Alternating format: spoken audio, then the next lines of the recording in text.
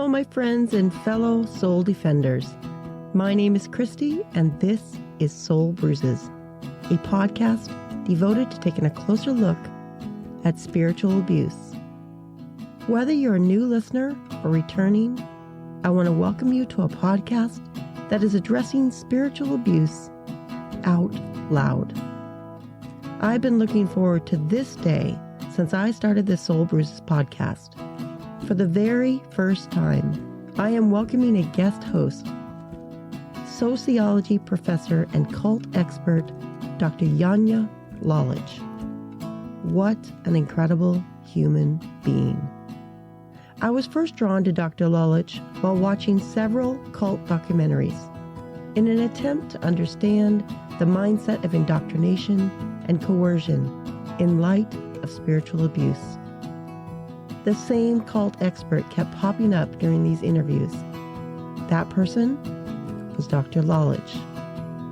I grew to really appreciate her insights, her wisdom, and her compassion for so many. She has extensive knowledge of cults, indoctrination, and coercion, and was incredibly gracious in sharing her valuable time and expertise. I could have talked with her for hours, so I was exceedingly grateful that she gave the Soul Bruises podcast even a small portion of her precious time. I think you'll find her quite fascinating. Janja Lalich, PhD, Professor Emerita of Sociology, is an international authority on cults and coercion. Researcher, author, and educator, she specializes in analysis of recruitment, indoctrination, and coercive methods of influence and control. Dr. Lalich is the author and/or co-author of 6 books, including the now classic Take Back Your Life, Recovering from Cults and Abusive Relationships, now in its 3rd edition. Bounded Choice, True Believers in Charismatic Cults, elucidates her groundbreaking framework and theory on why cult members do the things that those on the outside cannot understand. Her research on children born and raised in a high-controlled group is the basis for escaping utopia, growing up in a cult, getting out, and starting over. Her work has been translated into Spanish, French, German, Italian, Polish, Japanese, Chinese, Korean, Russian, Serbo-Croatian, Farsi, and Sinhala. In addition to working with survivors and families, she has been a keynote speaker at domestic and international conferences and leads workshops for government agencies, international intelligence agencies, private companies, educational institutions, nonprofit organizations, as well as facilitating psychoeducational courses, workshops, and discussion groups for trauma survivors, families, and mental health professionals. She has also served as an expert witness in civil and criminal legal cases. She has been featured in countless interviews in print, online, and in podcasts, and has appeared in numerous documentaries on cults and related subjects. Dr. Lalich is the founder and CEO of the nonprofit Lalich Center on Cults and Coercion at www.lalichcenter.org and may be reached at janja.l@lalichcenter.org. That's janja.l@lalichcenter.org. Today, I'm honored to speak with Dr. Janja Lalich, a renowned sociologist and an expert on cults and coercion. Her groundbreaking research has shed light on the complex dynamics of high-controlled groups, helping us better understand this often misunderstood phenomenon. Welcome, Dr. Janja Lalich. I really appreciate you coming to Soul Bruises podcast. Thank you for accepting the invitation despite your incredibly busy schedule. I truly am humbled have the opportunity to speak with you. Well, thanks, Christy. I'm glad to be here. Oh, awesome. And I love the name of your podcast. Oh, thank you. Thank you so much. What I so respect and appreciate about you is your continued effort to educate the public, passing on your wisdom to others, and being so transparent and vulnerable about your own experience. So thank you for that. And for those that are meeting you for the first time, would you briefly share some defining moments of your past that brought you to where you are now? Okay.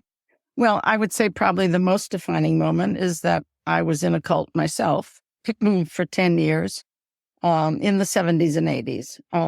I was 30 when I joined, so I wasn't a kid. I had a college degree. I had been on a Fulbright fellowship to Europe. I lived in Europe. Anyway, I wasn't a kid. I wasn't naive.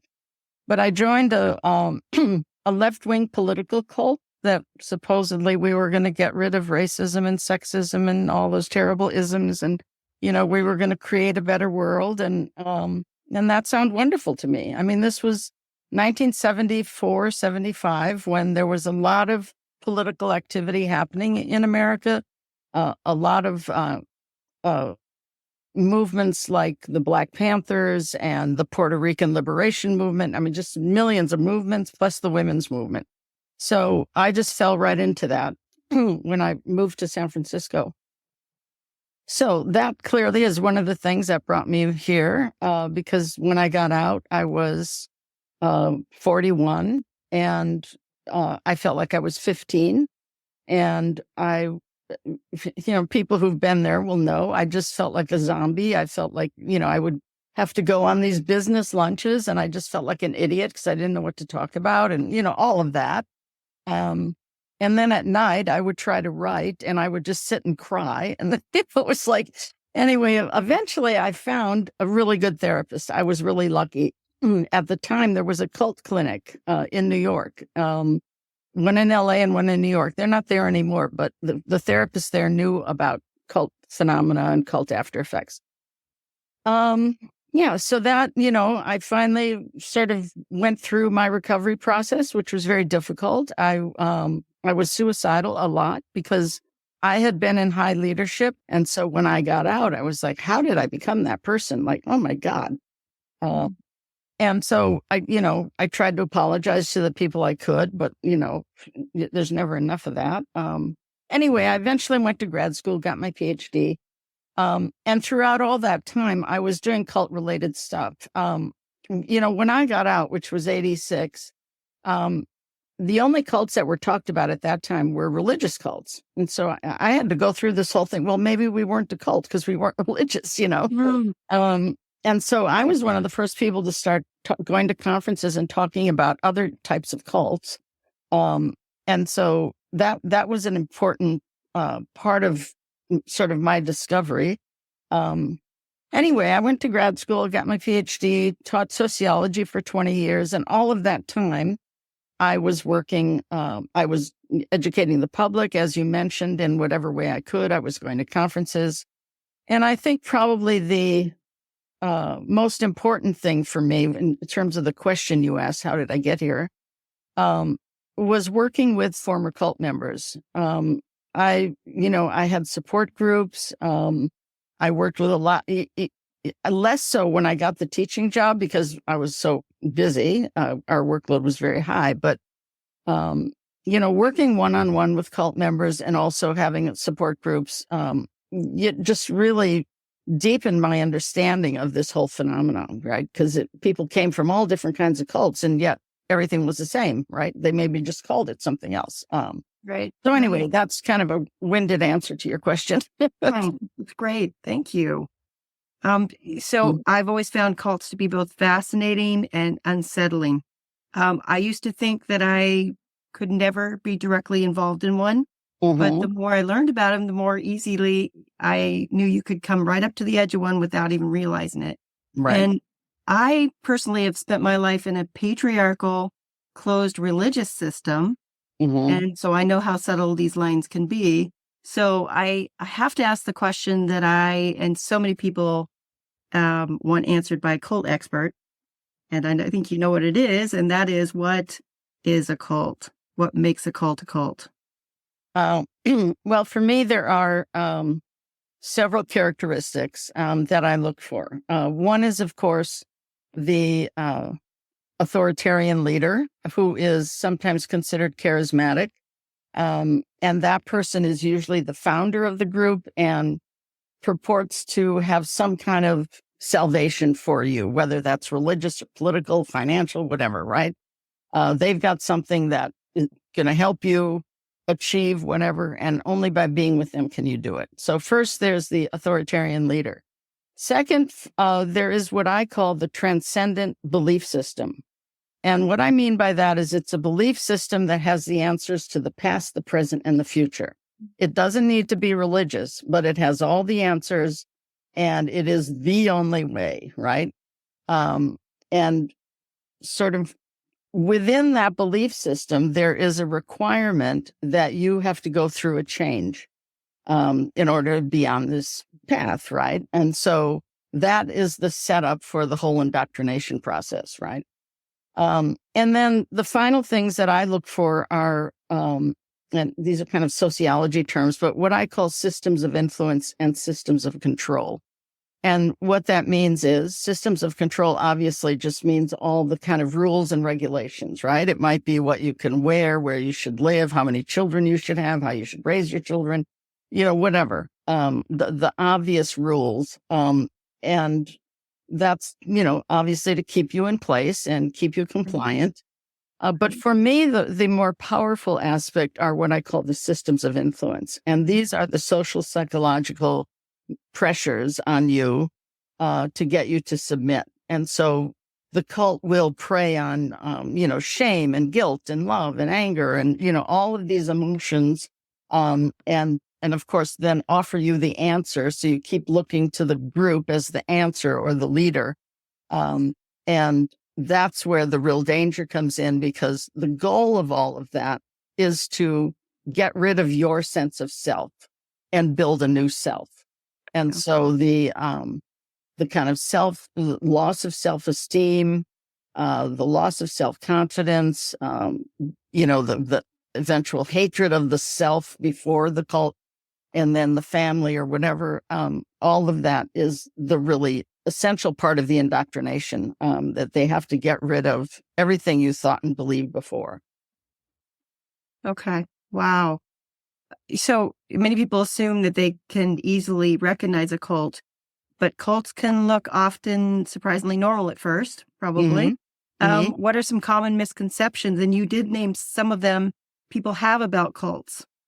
Well, I think one of the main ones is that all cults are religious. I think people still think that, when I think we've had plenty of examples now of other types. I think another myth is that only the young people join cults, and that's also not true. I mean, that was relatively true back in the 70s and 80s when we had what was called the Jesus movement. And there were some cults that got very big that were recruiting the Children of God, the Unification Church, groups like that, and focusing primarily on young people who were kind of in that hippie era wandering around. But today, actually, it's more people in their late 20s, 30s. I rarely get a call anymore about my kid in college has disappeared or something. I mean, that still happens. But now it's really because the cults have learned, for one, young people are too hard to control. And secondly, the cult wants people who already have skills, right? That they can help run the cult, they can run the businesses, they can bring in other people, they can earn money, whatever it is, right? So they typically want people who are already hopefully educated and have a career, have a way to bring in money. Or are influential in some way. So that's another myth about that basically anybody can join at any age, and the focus isn't still on young people. And there are plenty of cults in the corporate world and in the business world that disguise themselves as sort of management, leadership, training programs, etc. So I think those are the main sort of misconceptions. Okay. Wow. So in defining a cult, you used your bounded choice theory as a framework to explain this structure. So could you elaborate on the four systems of your bounded choice and how they interact to create this self-sealing system, and then how those specifically erode the individual autonomy, leading to a situation where everyone is encouraged to think alike? You got it. Yeah. So the my bounded choice theory, I'm sorry, came out of my graduate work, and it was actually my dissertation. And the four characteristics are the ones I just mentioned: the leader, the authoritarian leader, the belief system, the controls, and the influences that interlock and work together to create, as you said, what I call the self-sealing system, which means the group is kind of closed in on itself. And then you as a person become closed in on yourself, right? Because what happens when you're in a cult is that you tend to model yourself after the leader and after the older members, right? Especially when you're a new recruit. And so this loss of sense of self is a very important part of gaining the conformity and compliance, which is what cults look for, right? So you've got these four characteristics that kind of seed off each other. And I would say not necessarily for everyone who's in a cult, but certainly for people who were in for any length of time, people who were born in, you get to a point where you enter this state of mind that I call bounded choice, which means that any decision that you're going to make, you know that you can only make that decision in conjunction with what the cult wants, right? Yeah. So your choices are limited, and you have what I call the illusion of choice. So this, obviously, I'm not talking about, there may be everyday decisions where obviously you can decide what to eat for lunch, or you might decide what kind of car to buy or something like that. But I'm talking about significant, substantial decisions like, can I criticize the leader? Can I leave? Can I go outside and talk about this, right? Those are things that are absolutely taboo. And so when you're in this state of mind, bounded choice, you know that you can only go that way, because to go any other way means, in a sense, literal or figurative, means death, right? To go against what the cult wants you to do, either by leaving on your own or perhaps getting kicked out, you're going to lose everything, right? You're going to lose your family potentially. You're going to lose your whole belief system. You may lose your income because you might be working for the cult. You'll lose where you live, And most people can't face that and don't want to face that, right? So people will continually choose for the cult because that's what they have to do. And so what I think is helpful about this is that a lot of people, when they get out of a cult, they feel really ashamed. Like, oh, how could I have been so stupid? And why didn't I leave sooner? And da, da, da, da. And I think this helps explain that. And so what you gain from that is not just what happened to you, because you kind of know what happened to you, but it explains how it happened to you. Yeah. And that's the really important thing. That's what you need to unpack. And so, so that's my bounded choice theory. Yeah, I love it because it really, like you talk about the shame and the guilt. Really, people that when they come out of it, that just having, you can put a why to it. Helping people through that process. Yeah, so thank you for that. Yeah. And I do, and when I do work with people, or when I've led my online courses or workshops, I am a big promoter of writing. I think that writing things down is really helpful, whether it's keeping a journal or writing essays or writing songs, whatever it is. And by writing, I mean writing by hand, not on the computer. Because when you write by hand, you actually remember what you wrote, and it goes deeper into your mind than when you're just clicking on a computer. Yeah. And so I often will tell people, take my 4 characteristics, put them on a sheet of paper, and write underneath how your group exhibited that, right? What was your leader about? What did your leader believe? How did your leader act? What was the belief system? Where did it come from? Blah, blah, blah, blah. And by doing that process of writing it all out, and then you look at it and you see, oh my God, you see the enormity of what you were trapped in. And I think that also helps get rid of the guilt and the shame, because how could you not have succumbed to that? Right. So as I mentioned, I am a part of a closed group denomination, and that believes we have the truth. Some have thought my religion is a cult and have come short, and I have come short of saying so, because I felt like it didn't quite meet all the requirements of being considered one. So my next question is, many groups exhibit some cult-like features, but what truly distinguishes a high control group from a fully fledged cult? Does your bounded choice theory require all 4 elements to fully be present for Yes. a group to be considered a cult, or is it more of a spectrum? Yes, it does. In my opinion, my view is that it requires all 4. But there can be groups that exhibit some of these characteristics, but perhaps not as intensely as another group. So, especially when it comes to the squelching of one's autonomy, right? The squelching of one's own decision-making power, the squelching of your sense of self. The more that a group does that, the more cultic it's going to be. And so it may not have the super duper charismatic leader, right? It'll have some kind of leader who's usually authoritarian, but it's really these pressures on you that sort of seal the deal, so to speak. And I just want to say something about charisma while we're talking about this, because I think people really have a misunderstanding of what charisma is. Okay.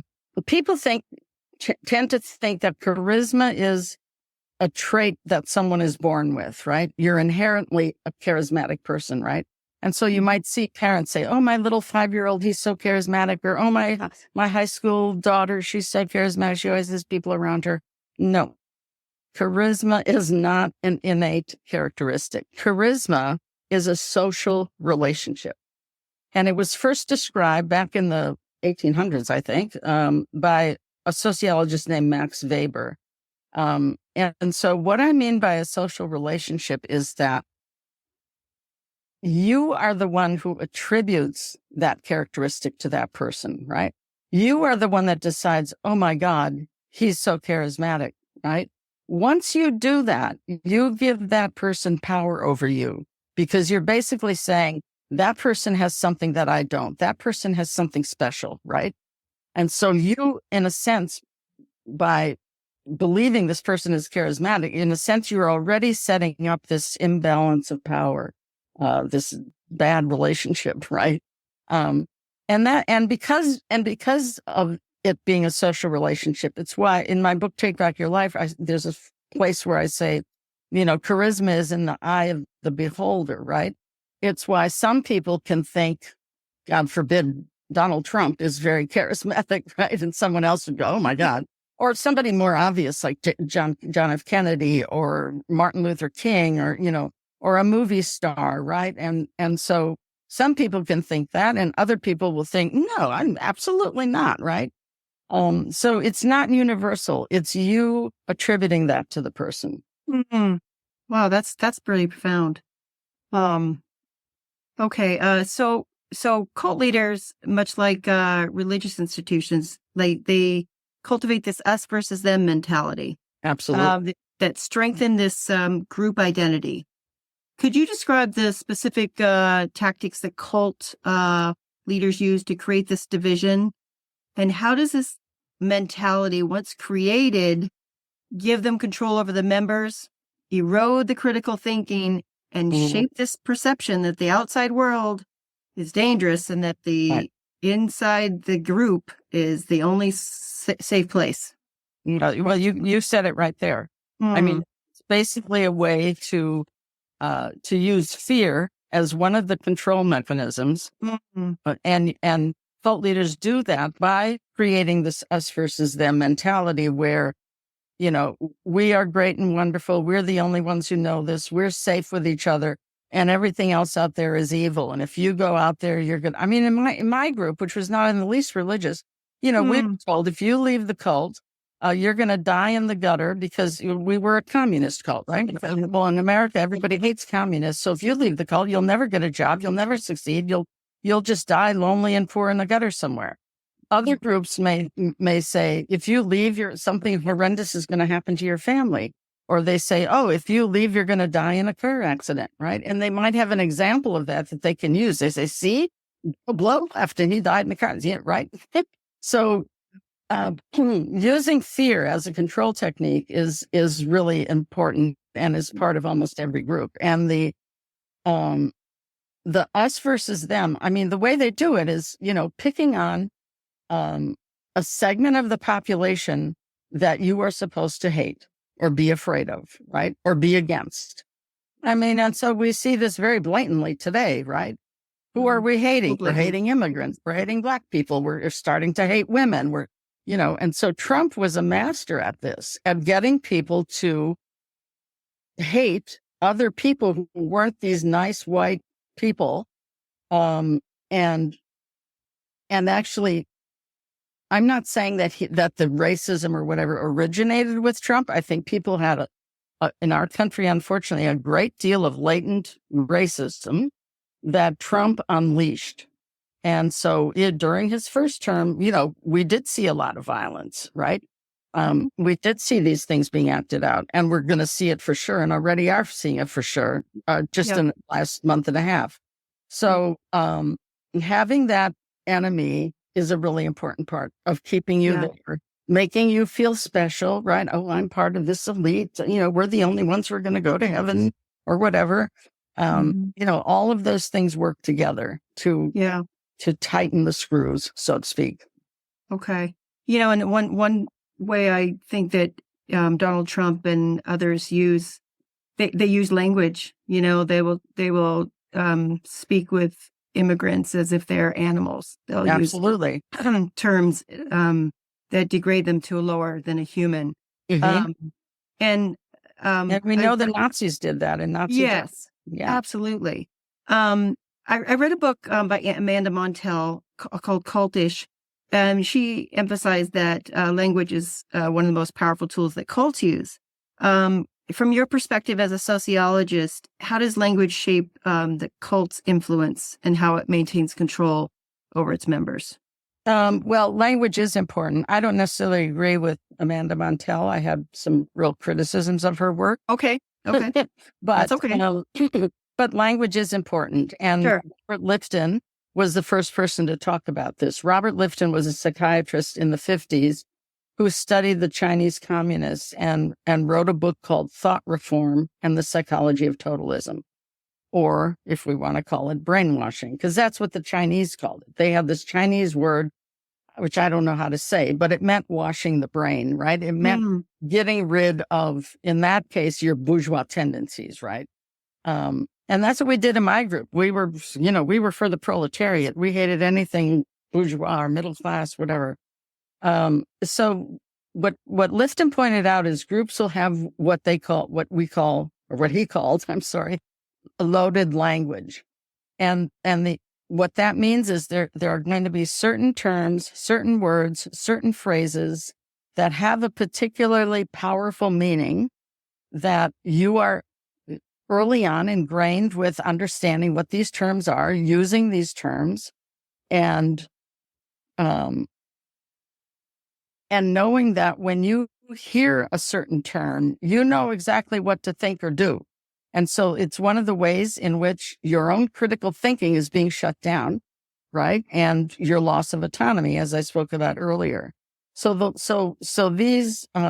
this loaded language is very important, and every group is going to have different ways that they express that.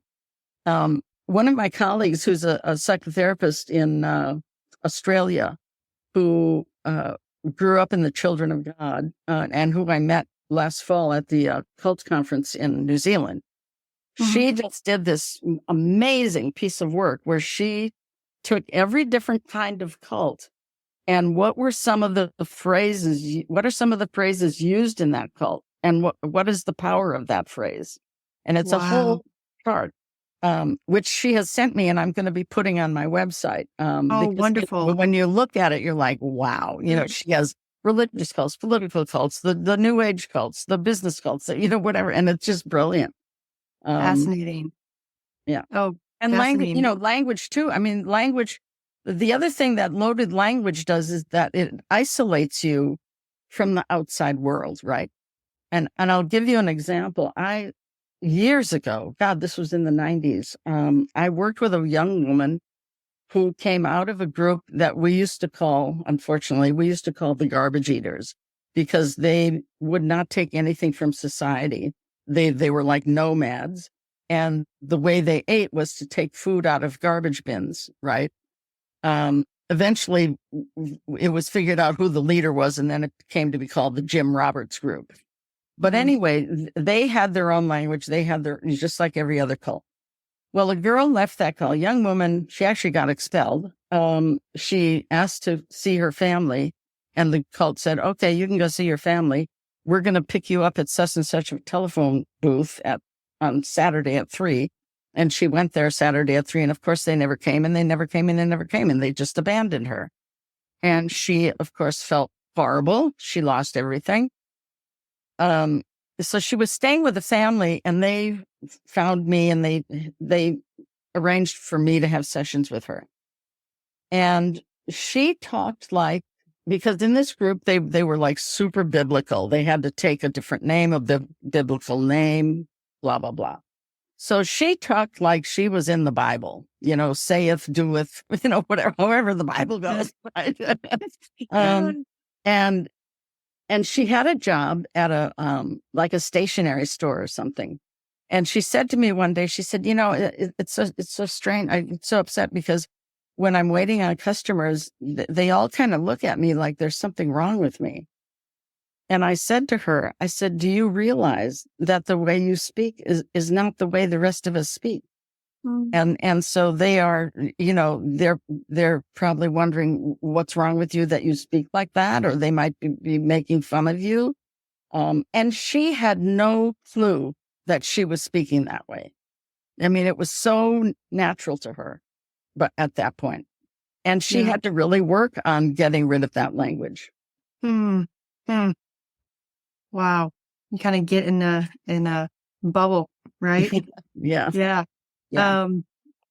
Okay. So I've been personally meeting over Zoom with some members of the 2x2 church.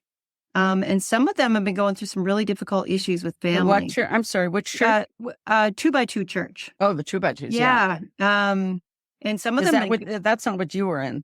No, that is not what I've been in. And it's really bizarre how I've come across meeting them, a fellow person from my religion met up with their religion. And anyway, so we just connected. And anyways, but they're having some really difficult issues with family members. They've left the cult and so they had a question they wanted me to ask, and that is, what advice can you offer families trying to maintain relationships with a loved one deeply involved in a cult, especially when it comes to setting boundaries? And how can former members deal with harassment from family members still within the group? Yeah, that's a big question. Yeah. So there are a couple of aspects to that. I think first and foremost, this person who left the cult, this former member, has to protect him or herself. That's the most important thing. So, and also I think people, when they leave cults, they have a tendency, in a lot of cases, they have a tendency to want to go back and get everyone else out, right? Get out the people you recruited, get your siblings out, right? And that's not your job. And I have a hard time getting people to understand that, but that is not your job. Your job when you get out is your recovery, right? It's a time when actually, for the first time in your life, maybe you can be, quote, selfish, right?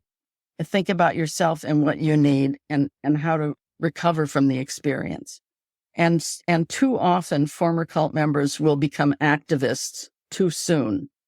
And that may cause them a great deal of stress and upset and breakdowns. And it also is a way that sometimes when former members of a group want to work together to do something, they kind of trigger each other because they remind each other of the cult, right?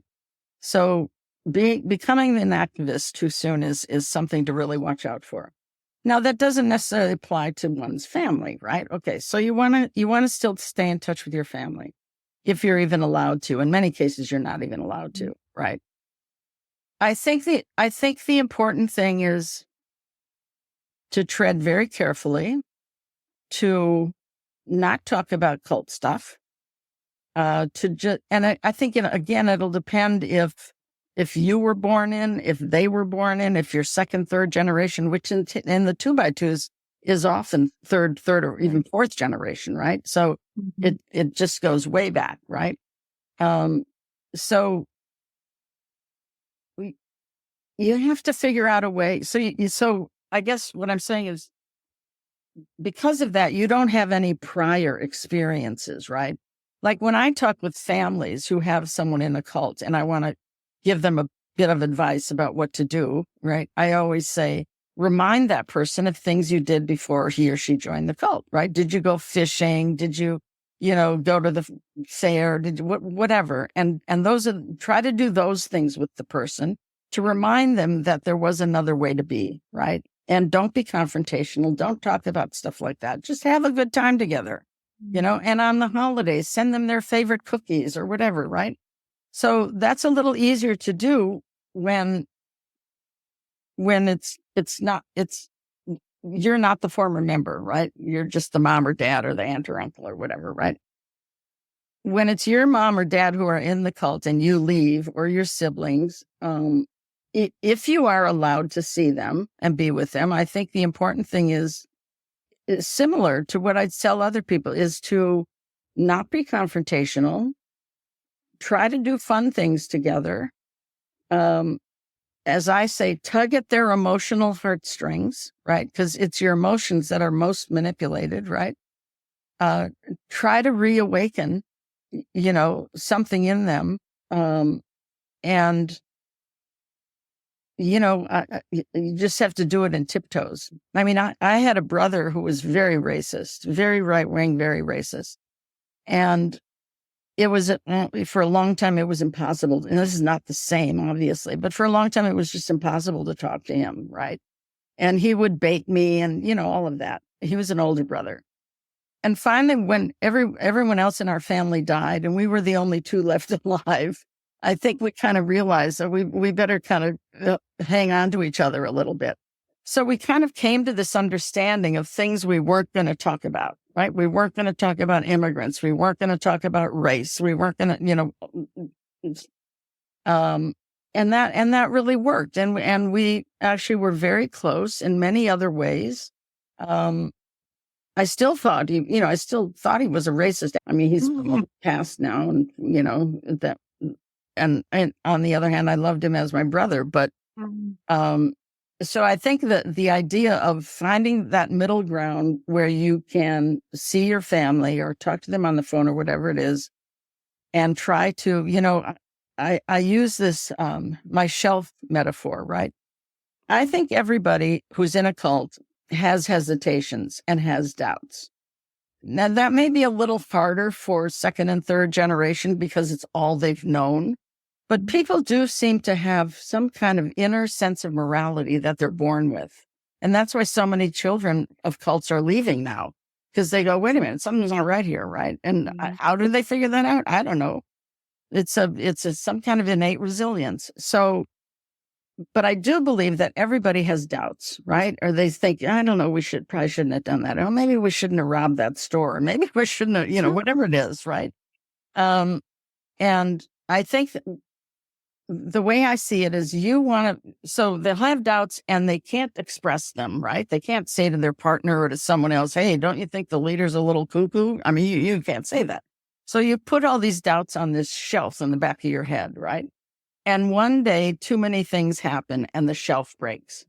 Now, when the shelf breaks, you don't necessarily say, I'm in a cult, but you know that something's wrong. And you know that maybe what being in this group is not in your best interest, that this is not healthy. And then if you're lucky, you can start to work your way out, which again is tough depending on what kind of resources you think exist out there. So what I say to people trying to communicate with people in the cult is try to plant seeds on that shelf, little bitty things on that shelf that are going to make them doubt more, going to make them question more. And I think that's the best we can do. That connect with them emotionally also. Yeah. Okay. Well, that's good information. I mean, I wish I had magic answers, but I know. There are no magic answers. I know.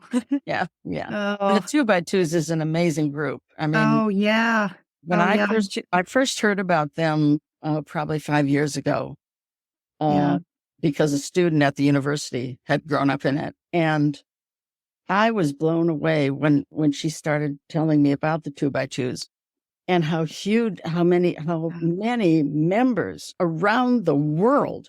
Yes. And only recently has stuff started coming out. So there are criminal charges. There was a lot of sexual abuse of children, the typical stuff. And so people are learning about the 2x2s. And of course, they're called the 2x2s because they didn't have a name. They didn't have churches. They did everything in people's homes. They were very underground in a way, but they were working in the community. And I was thinking, it was actually, I did that talk with former 2x2s, which is on YouTube, which you mentioned. And I thought, here's this group that's been around for decades, centuries almost, that has hundreds of thousands of members around the world, literally around the world. And we knew nothing about it. I've been doing this for almost 40 years. I had never heard of the 2x2s until 4 years ago, right? So it makes me wonder, how many other groups are there out there like that we don't even know about? Right, because you're even in the field of cult, right? Yeah. Wow. That's incredible. Yeah. Okay, so I know that children being born in cults is something that's really holds a special place in your heart. The indoctrination of that experience from birth is deeply profound. How does being raised in a cult impact the children's development, their sense of identity, and that long-term critical thinking skills? Yeah. So normally in the quote normal world, what's that? From the time we're born, we all go through these developmental stages, and the person who wrote about this was a psychotherapist, I guess, named Erik Erikson, Erkson, and he outlined, I think it was 8 or 9 stages, right, that are by years. So and each stage is maybe 3 years, right? So you go from birth to 3 years old, 4 to 6, whatever. And during that stage, there are things that you are supposed to accomplish, that are supposed to be accomplished. And if they are, then you graduate to the next phase, right? So there are things like learning to trust, stuff like that. People can look online. You can find his whole chart. So what happens in cults is, obviously, you're not able to have control over your own developmental process. And in most cases, neither are your parents, right? Because they're probably brainwashed as well, right? If they're in the cult. So the most important part, I think the part that's the most effective for the cult is the stage of adolescence. And I think the years are 11 to 13 and 13 to 15, something like that. Those are the stages when you are really trying to figure out who you are, right? So this is when, you go get a tattoo or you get a ring in your nose, or you don't want to sit down and have dinner with your parents anymore. And you make friends with somebody at school and you decide, no, that's not who I want to be friends with. I'm going to go over here. Right. And you're trying to figure out who you are and what you believe in. Right. And it's that process that's called individuation, separating from your parents and becoming your own person, your own self. Well, in the cult, that doesn't happen. And so those phases, especially those two phases of, let's say 11 to 15, which are so crucial, it's completely controlled by the cult and what the cult wants you to be. So in a sense, you have this stunted development. And often what happens when people leave is, in many ways, they still act like adolescents because they never got past that stage, right? And you don't learn the life skills that those of us who aren't in a cult learn, right? We learn how to deal with the bully at school. We learn how to, skip school. We learn how to, take a criticism. These social skills that you learn by trial and error all through your life. I still remember the girl who hit me in the eye with her baton, and I was like, damn you, and I actually said damn, and I was like in fourth grade or something. So, so what I'm saying is, for people born in a cult, you don't develop those skills, those innate, what become innate skills about how to function in the world.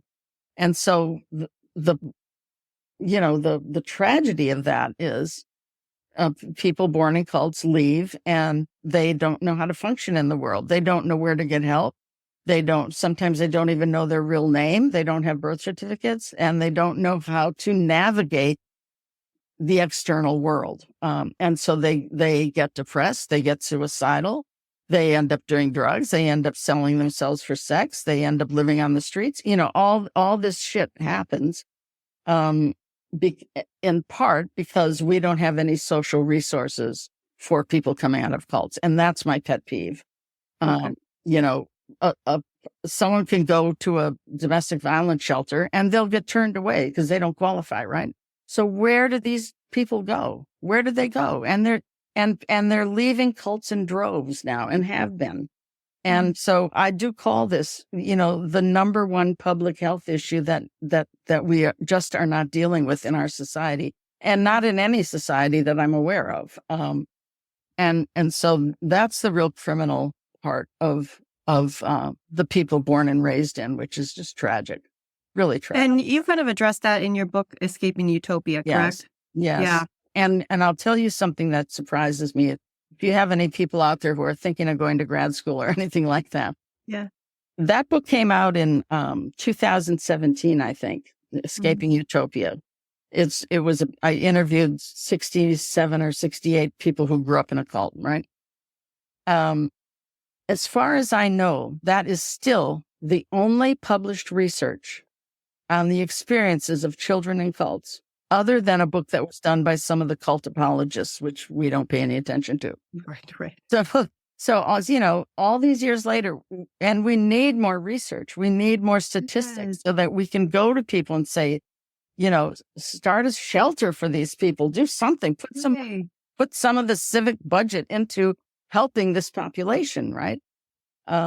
So if anyone's thinking of going to school, these are the things you want to study. These are the statistics you want to build. We're trying to work right now on trying to figure out the statistics of suicide. How many suicides happen? It's unbelievable. I mean, obviously, there's also deaths that happen because of medical neglect, which is very common, or maybe accidents. But both suicide ideation and actual suicides, the rates are so high and higher than the general public. Yeah. But we need proven studies to show those statistics, right? I have a couple of mentions in my work, but we need so much more. Wow.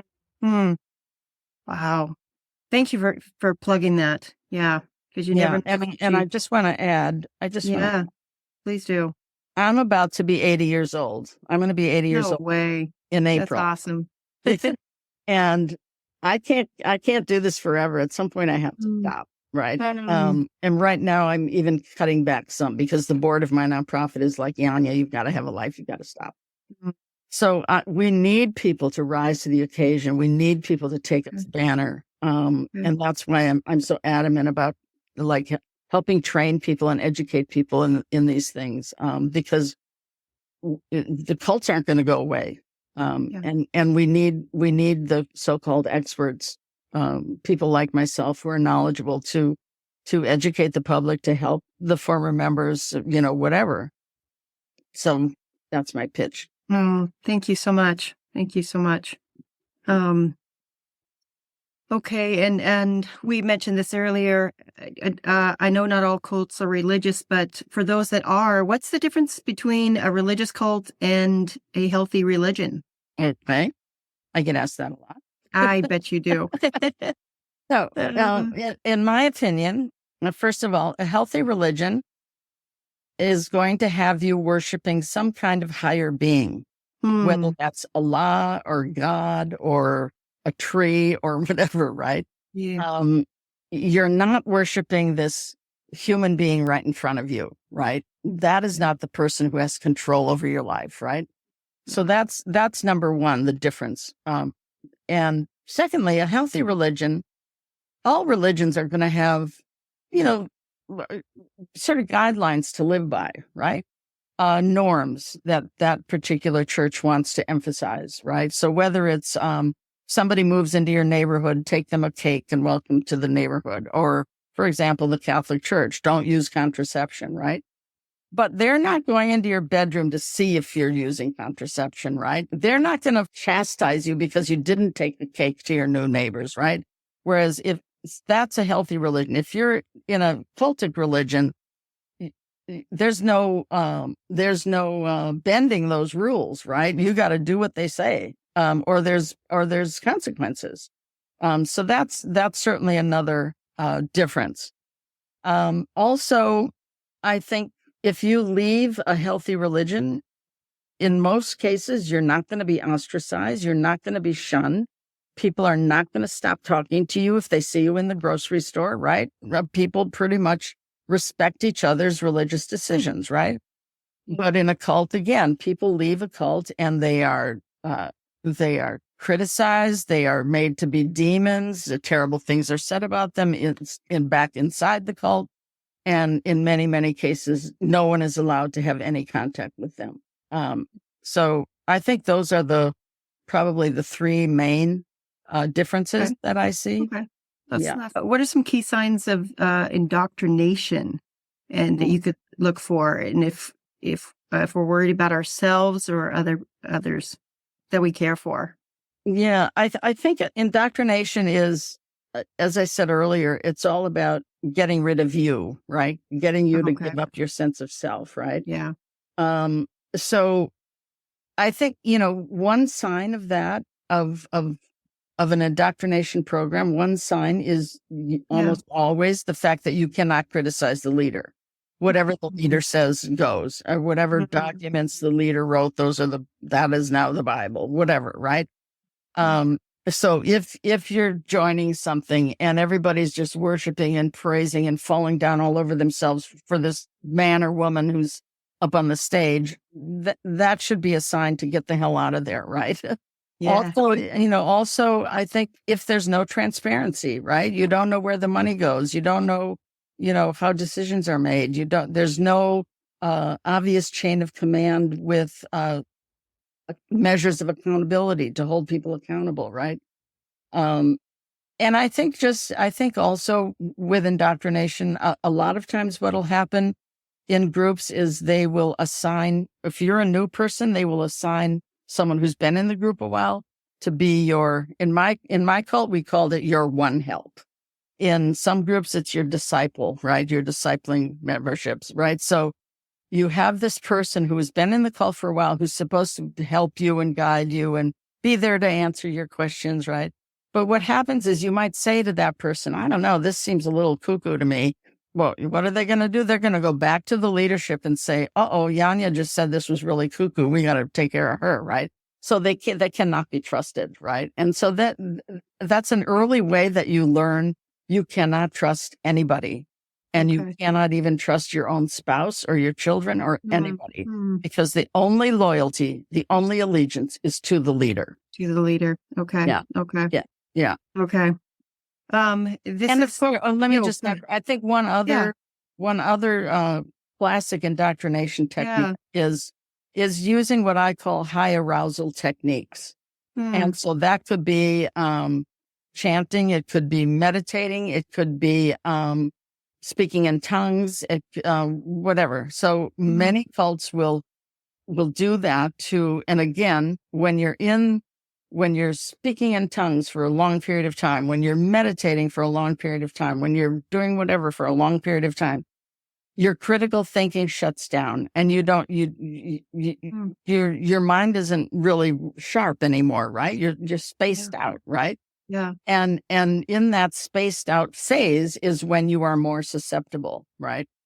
And it's also very contagious. So again, if we go back to Trump, when you think about the Trump rallies, right? He was great at this because people would be, lock her up, and they're all yelling, lock her up, lock her up. And it gets into a kind of frenzy, right? It's the madness, what we call the madness of the crowd. So using those high arousal techniques, and they will be in different ways. They'll be different in a management training program than in a church that speaks in tongues. But that's another thing to watch out for, is when you're expected to participate excessively in something that is shutting down your critical thinking. Okay. Okay. This is definitely timely. It seems that throughout history, when both political and religious powers mix and react defensively to outside perspectives, this dynamic can easily create a cult-like atmosphere. Would Christian nationalism be an example of this? And does this threaten religious freedom and individual rights? I'd love to hear your thoughts on that. Yeah, absolutely. If you have some. Yeah. Yeah, absolutely. I mean, the Christian nationalism is probably the scariest thing that's happened in quite a long time in this country. Yeah. And I think people don't realize how long they have been working on that. Yeah. And organizing themselves and inserting themselves into both local and federal governments, school boards, right? Oh, suddenly we have book banning. I mean, in Florida, they ban Anne Frank's book. Anne Frank. I mean, come on, right? And obviously they're banning The Handmaid's Tale, right? Because that's what they're creating. So the Christian nationalists are organized. Their belief system spreads across a lot of different religious groups. It's not just one group. And their belief system is very much based on hate and on violence, right? And so that's exactly what's happening right now in our country. And there's a couple of really good books. I just read a great book called The Flag and the Cross.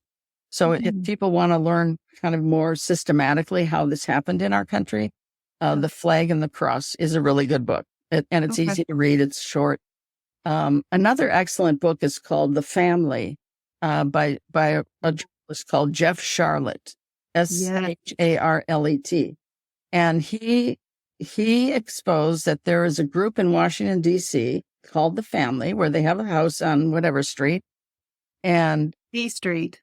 Yeah. The documentary is really good about this too. Yeah. And they are the people who started the prayer breakfast. So the fact that our government even has prayer breakfast is such a violation of the separation of church and state. Right. Not to mention that now we have some cuckoo woman who's like what is her title? Do you remember? She's like the religious czar. the new American. You're talking about Paula White, correct? Yeah, Paula White. Yes. Right? Yeah. So this is really scary because these aren't do-gooder Christians. These are hateful Christians. Yes. And they want to shut down women. They want to get rid of immigrants. They want to serve only themselves. They want women to have as many babies as possible. They want women to have no rights. It's really scary. I don't know if you saw the thing that just happened in Idaho. There was a a town hall No. meeting or city council meeting in Idaho the other day. Okay. And whatever the guy on the stage was saying, I don't know, but this woman in the audience spoke out. And they sent these brown shirts, I call them brown shirts. They sent these militia guys from a private security firm to take her out of the auditorium or whatever it was. They went over, she resisted. There were 3 of them. They got her down on the ground. They zip tied her. They dragged her out. They said she was going to be criminally charged for disrupting this meeting. The guy up on stage was making fun of her, laughing about her, calling her a little girl who didn't want to do what she was told. And this entire room full of people, not a single person stood up to help her. Not a single person. Not a man, but also not a woman. And this is what we need to be afraid of. Yeah. Yeah. Because that's what happened in Nazi Germany. Yes. People just pretended it wasn't happening. Yeah. It's not only the act, but the silence and the compliance. Right. Yeah. Correct. Okay. So many people that leave or escape a cult believe that they have PTSD, post-traumatic stress disorder, or moral injury, or both. Can you explain the difference between the two, and how do these play into the healing process? Right. So there's 2 types of PTSD. There's regular PTSD, and there's what we now call complex PTSD, which was first written about by a therapist named Judith Herman way back when. In fact, it was one of the books that helped me in the 90s. And most cult members are going to have complex PTSD. And there's several problems related to that. One is that a lot of therapists don't even know about this or know how to treat it. So let me explain the difference. PTSD is something tragic, horrendous, awful happens to you. So maybe you are walking down the street with your kid and the kid gets killed in a car accident. And that's incredibly traumatic. And you're going to have post-traumatic stress disorder. Or you're a soldier that goes off to war and you're killing a bunch of people. But they're strangers, right? But it's still of traumatic experience, right? But it's post-traumatic. It's not complex. What makes something complex PTSD is longevity, how long it happens to you, it's going on with you, and the fact that it's being done by people you know, and you are doing it to people you know. And that's where the moral injury comes in, right? So complex PTSD is about, as I was saying earlier, you're in a cult, you can't trust anyone, right? Your best friend's going to turn you in, your spouse, your children, whatever, right? And you may be expected to punish your own child. So these things that are happening are done by people you know, and you are doing things to people you know. And in most cases, it'll last for a while. So that's the longevity. And the moral injury is that aspect of either doing things or seeing things that you couldn't do anything about. So when you leave, you have such enormous guilt and shame. It's when I talked earlier about being suicidal when I got out, because I was in leadership. Yeah. It's exactly that. It's like hating yourself because of the things you know you did or the things you didn't try to stop. Yet you wouldn't have been able to try to stop them, right? For all the reasons we've already talked about. Yeah. But that is probably the biggest hurdle for former cult members to go through in their recovery process, because it's about forgiving yourself, right? Okay. We always hear, oh, you have to forgive people. You have to forgive people, right? And you'll see these people, in trials where some guy killed their daughter and he's going to prison for life. And they say, oh, we forgive him. Nah, you don't ever have to forgive your cult leader, right? You have to forgive yourself, because in a cult, and this is again the moral injury, in a cult, we all become perpetrators. You have to, right? It's the only way you can survive. It's the way it works, right? Wow. You're trained and you're indoctrinated to do it all to each other, right? And so that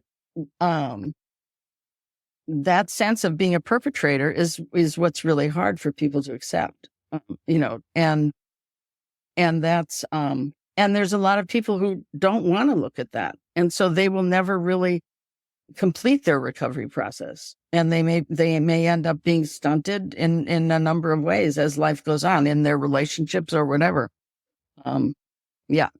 Okay. Okay. What advice would you give those who have physically left a cult but still feel mentally trapped by it? They feel isolated and lost without the system that they once belonged to. How would you help them navigate this transition? What would you offer them? Yeah, I think, and I know it's hard because I know a lot of people will, often giving up the cult leader is the last thing people do. They're like, they know horrible things happened. They know it was awful, but they'll say, oh, but he really meant to do well. And he really was so special. And I had these amazing experiences when he touched my head or whatever. Right. And so giving up the cult leader, realizing who the cult leader really was, probably a malignant narcissist, is important to do for your own recovery. But also people will, especially people who were in, I would say, Eastern cults where they did a lot of meditation or they did yoga or they did whatever. And I'm not criticizing those practices, but often what'll happen is when they leave the cult, they feel like, oh, I've got to meditate, because they're so used to it. It's like it's ingrained in them at this point. Like, oh, I got to do this 3 hours a day or whatever. And so the important thing is to try to stop doing those things. Just stop doing the things that you had to do in the cult, the rituals, the kind of ritualistic stuff. Yeah. And as I said earlier, change your language. You may have to change the way you eat, depending on if there were certain restrictions in the cult or not. And that's why I think when I said way at the beginning about writing, that's why I think making a list, like these are all the things I was trained to do that I no longer want to do. And if you have a list, you can kind of systematically then work on that list. Right. Right. Yeah. Yeah. Okay. So, okay. Wow. So as someone who has dedicated their life, like yourself, to studying and helping individuals affected by cults, what legacy do you hope to leave in this field? What contributions do you envision your work making to the broader conversation about cults and their impact? well, I think certainly my published books are one legacy that I hope they will stay in print, which is always an issue. Yeah. But about 2 years ago, I started a nonprofit organization called the Lalich Center on Cults and Coercion. And I saw that as a way of trying to establish a legacy so that there would be people who could carry on after I'm gone. We're making it so that, say, the royalties from the book don't come to me. They go to the Lalich Center, right? So that we can pay for our Google Drive and our Zoom account and all these things that, these monthly expenses that you have to pay for. And so I think hopefully the Lalich Center will continue. We've just brought 2 new people on board who are younger because most the other board members were kind of my age. So we got a couple 40-year-olds in there. And, and I think just being out there, what I'm doing is training them to be able to do the journalistic interviews. I get called all the time to do an interview with the media or do a podcast like with you. And so I'm trying to train them to start taking those things. Like, a newspaper contacts me. I say to them, I'd like you to contact Adam Kuntz. He's a professor of philosophy. He's a former Mormon. And I'm trying to have it not be all about me. Because we need many, many, many people qualified to do this work. So I guess that's it. And then also we're next week, actually, we're recording a course for therapists where they will be able to get continuing ed credits. And it's going to be a webinar, which means once we record it, it's out there and people can take it whenever they want. It's not like a one-time shot where it's live and, and I'm sure there's drawbacks to doing a recording. People can't ask me questions or whatever, but still it's got 7 segments and it'll be a way for therapists, social workers, whoever, It's approved by the American Psychological Association. So that'll be out there, and hopefully that'll stay out there for quite a while. And that'll be on your lalichcenter.org? Yeah, that'll be, Okay. yes. And we actually, if people are interested, we are keeping a list of therapists or social workers, whatever, who want to know when the thing is launched. So what you can do is email info@lalichcenter.org, and those go to the admin person and tell her you want to be on the therapist list. That way, when it's released, hopefully in a month or two, you'll get an email saying it's ready now. Here's how you can sign up. Okay, awesome. Thank you so much. Yeah, that's the Lalich Center on Cults and Coercion at lalichcenter.org. So, Dr. Lalich, I can't thank you enough for this precious time and your extensive knowledge on this complicated topic. I have learned so much today, and I knew I would. And I know this will benefit so many others. I'm so very grateful. If you're ever in Maine, I would love to have a cup of coffee with you. Well, yeah, and you've got that great governor, right? Yes, we do. Yeah, she's amazing. Yeah. Okay, right. and we got to do this. Thank you. Thank you so much. It means so much to me. Okay, ciao. All right. Take Bye. care. Bye. I appreciate you taking the time to listen to this podcast interview of Dr. Janja Lalich. I hope you learned a lot from what she had to say today. I know I certainly did. I hope you'll check out her website at lalichcenter.org and consider donating to their cause. None of us are immune to falling into the arms of a cult, so education is so key. And I'm grateful that Dr. Lalich continues to share her expertise with so many. I hope you'll consider sharing this podcast episode with family and friends who you think might find it helpful. This is Christy Hodson, and you've been listening to the Soul Bruises podcast. Until we connect again, be human, be kind, be both.